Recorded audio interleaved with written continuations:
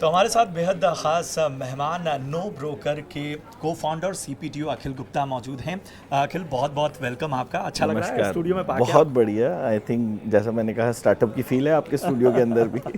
बिल्कुल नए ज़माने की बात है। तो नए ज़माने में तो प्रधानमंत्री भी स्टार्टअप पे फोकस कर रहे हैं, नए नए टर्म्स की बात हो रही है। ज़रा बताइए पूरा इकोसिस्टम काम कैसा कर रहा है? तो स्टार्टअप इंडिया में भी 15 साल करीब से चालू हुए हैं और जैसे कि मोदी जी भी कहते रहते हैं startup India, stand up India. तो स्टार्टट को बहुत सपोर्ट मिल रहा है गवर्नमेंट की तरफ से। जो पॉलिसीज़ आ रही हैं, जो टैक्स बेनिफिट्स वगैरह हैं, उसमें काफ़ी अच्छा सपोर्ट है।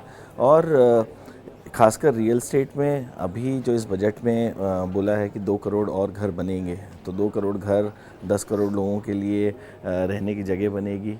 और जैसे जैसे लोग बड़े होते हैं, लोगों को घर मिलता है, मूव करते हैं सिटीज़ के अंदर, वो इंडिया की ग्रोथ दिखाती है। और इंडिया को ग्रो करने के लिए इंफ्रास्ट्रक्चर बहुत बड़ा रोल प्ले कर रहा है और आगे भी प्ले करेगा। और हम जानते हैं अगले 2 दशक तो इंडिया के ही हैं, वो इंडिया से कोई नहीं छीन सकता। बिल्कुल, अगले कई दशक जो हैं वो भारत की ग्रोथ स्टोरी पर फोकस, और ये यकीन पूरी दुनिया का बढ़ता हुआ। चलिए, अब अगर हम बहुत प्रैक्टिकल होके डिमांड्स की बात करें और हम बात करें शहरों में किस तरह से रियलिटी सेक्टर की, तो हम जो ग्रोथ स्टोरी है वो देखते ही बन रही है।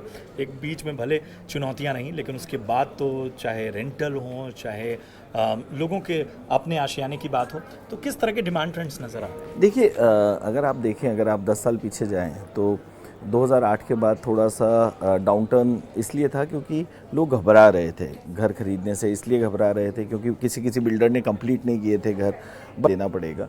और कोविड जब आया तो सबको लगा कि अब दुनिया ख़त्म होने वाली है, सब लोग घर से काम करने लग गए।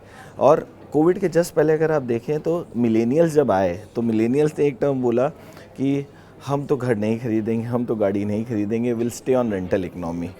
जो एकदम से टर्न अराउंड हो गया कोविड के अंदर, जब लोगों ने रियलाइज़ किया कि यार घर एक बहुत महत्वपूर्ण चीज़ होती है जीवन में।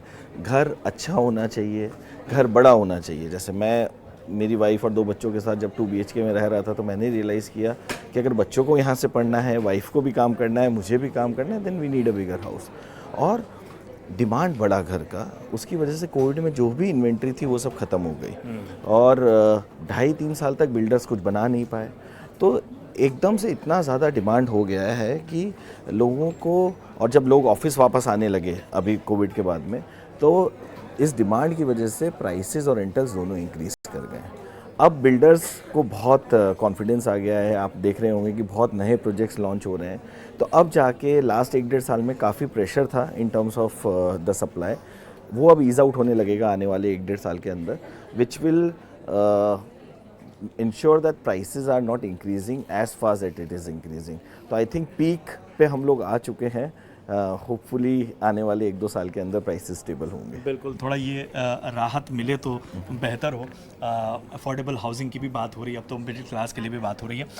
ज़रा ये चीज़ बताइए कि जो फंडिंग के चैलेंजेस हैं, जो इस बार ख़ास तौर पे 2024 की शुरुआत से ही कंसर्न बने हुए हैं, क्या आप लोग तो पूरी तरह से कोर में घुसे हुए हैं, इन चैलेंजेस के बारे में बताइए। किस तरह के चैलेंजेस हैं, कब से शुरू हुए ये, और इसकी वजह क्या?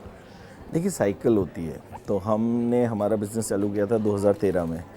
15 में एक डाउन टर्न साइकिल आई थी, 18 में एक डाउन टर्न साइकिल आई थी। तो टिपिकली 3-4 साल में आती है। इस बार थोड़ा डिफरेंट इसलिए है क्योंकि जो फंड्स होते हैं, जो VC फंड्स होते हैं, उन लोगों को पैसा वापस करना होता है टिपिकली 10 साल के अंदर।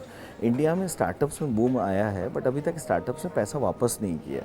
तो इसलिए स्टार्टअप्स को अब प्रॉफिटेबल होना ज़रूरी है, क्योंकि जब वो प्रॉफिटेबल होंगे तभी वो लिस्टिंग कर सकते हैं। हमने देखा है मार्केट में, अगर स्टार्टअप नॉन प्रॉफिटेबल गया है तो मार्केट ने बहुत बुरी तरीके से पीटा है उन स्टार्टअप्स को। तो अभी फोकस प्रॉफिटेबिलिटी के ऊपर आ गया है। और I think which is the right thing to do also, क्योंकि आप इवेंचुअली धंधा किस लिए कर रहे हो? आप पैसा बनाने के लिए कर रहे हो, और आपने किसी से पैसा लिया है, वो आपकी ज़िम्मेदारी है कि आप उन्हें पैसा मल्टीप्लाई करके दें। तो अभी माहौल टाइट है, बट अच्छी कंपनी और स्टार्टअप चालू करने के लिए भी सबसे अच्छा टाइम है। तो अगर आप एंट्री लेवल स्टार्टअप कर रहे हैं तो उसमें अभी भी बहुत फंडिंग अवेलेबल है। आप सीरीज़ ए, सीड राउंड, वो अभी भी काफ़ी हो रहे हैं।